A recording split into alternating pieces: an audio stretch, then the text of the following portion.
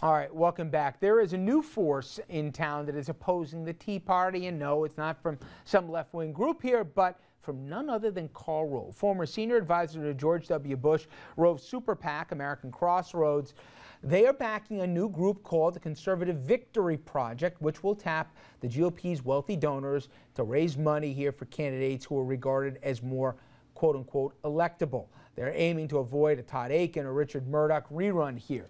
The blowback from conservatives has been fast and furious. Some dubbed it, quote, the Conservative Defeat Project. Red State editor Eric Erickson wrote, any candidate who gets this group's support should be targeted for destruction by the conservative movement, and so it begins. Congressman? So it's the Bill Buckley rule. You elect the most conservative person who can, you nominate the most conservative person who can get elected. That was Bill Buckley's rule. And somehow we've forgotten that rule. Absolutely. And frankly, there are a lot of good conservatives who can get elected. We're talking about conservatives that are all, you know, way out there. But I guess the question becomes the fear of a primary challenge. And if they take any positions. So really what Karl is doing is saying, for the first time, I'm going to get involved in the primary to make sure we have a good candidate we then can be proud of when they're in the general election.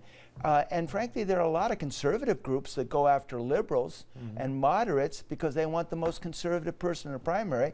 And the moderates and reasonable conservatives have stood on the sideline. Now they're going to get into the battle. And good the for them. perfect example would have been the last race for United States Senate in Connecticut, with Karl Rove's group would have supported a Chris Shays, knowing full well he was a much better candidate than Linda McMahon. This is a very, very good thing because we lost a Delaware Senate seat, we lost a Senate seat in Nevada. The list goes on and on. But due respect, I think you guys are missing the 600-pound gorilla in the room here, which is it's not about how to win the election. It's about coming up with the ideas that the electorate wants to vote for. It seems like when we're coming That's up... the whole point. Well, but it's not, because the Republican electorate, or at least the primary electorate, wants to put forward candidates who can't seem to win in general elections. That's why you got a Linda McMahon nomination, or that's why you got a Richard Murdoch or a Todd Akin. The reason you have that is always the same on the left and the right.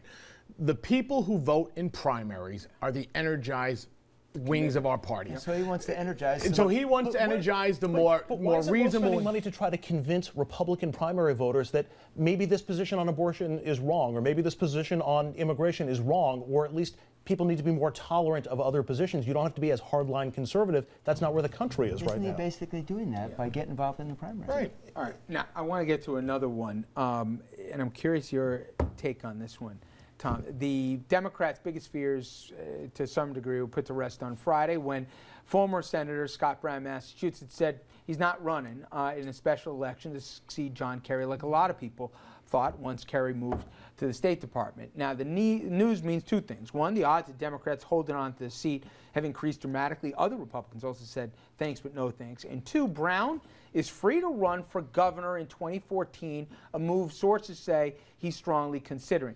This brings me to a point where it used to be, not many years ago, the U.S. Senate was the gig of all gigs. Right. You were there for 6 years. You got to be a lawmaker. You could vote on big ideas, etc.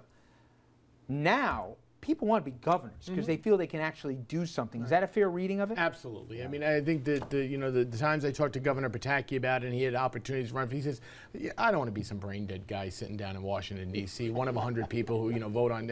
He says I can't affect people's when you're governor on a daily basis. I was at a Christie event last night, and I know he was on Letterman last night, but that's exactly what he said.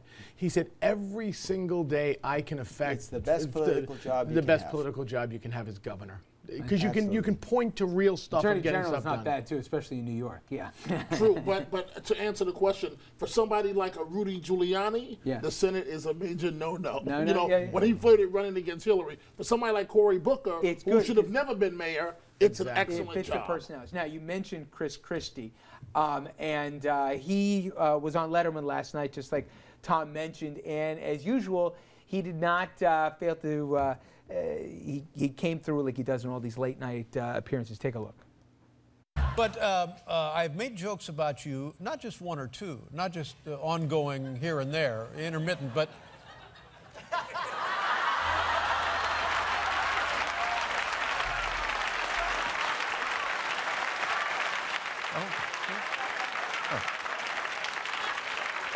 I didn't know this was going to be this long.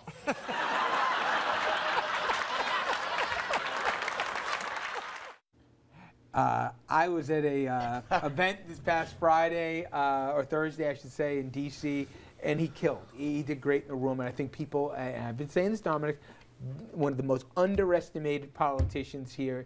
But it brings me to a different question about him. We all know he can be funny. We all know that he can be a bully at times, but certainly after his handling of in the aftermath of the storm, nobody disagrees that he's a serious player on the national stage. Do you think if he lost 150 pounds, that his appeal would go up or down? Because I maintain if he looks like every other politician, I think he loses a little something. I'm not saying for the health benefits of it. I'm just saying his popular appeal. It would be sad if that were the case. But it's true. It's true. The congressman was dancing around it. It's true. I think that now he has set who he is. I don't think if he lost 100 pounds, I think that he'd be a healthier person. And I think that... I'm not debating that. No. What I'm saying is that I think that the people of New Jersey, at least, Christie wouldn't become this little meek wallflower, is my point, if he was 100 pounds less. What they like about him is not that he's a little heavy.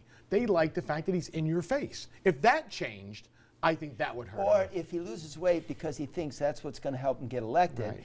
But if he loses weight because he says, you know, it's not good for my health and I'm going to lose some weight, then they'd respect it. In other words, if the media talks him into losing weight and he's doing it because the media says he's too heavy, then it's going to hurt He him. loses authenticity. He'd look like he's going Hollywood, though. He would lose his moxie. I'm telling you, that is right.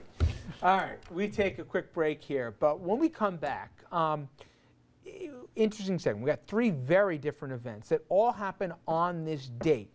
We're going to talk about that right after this.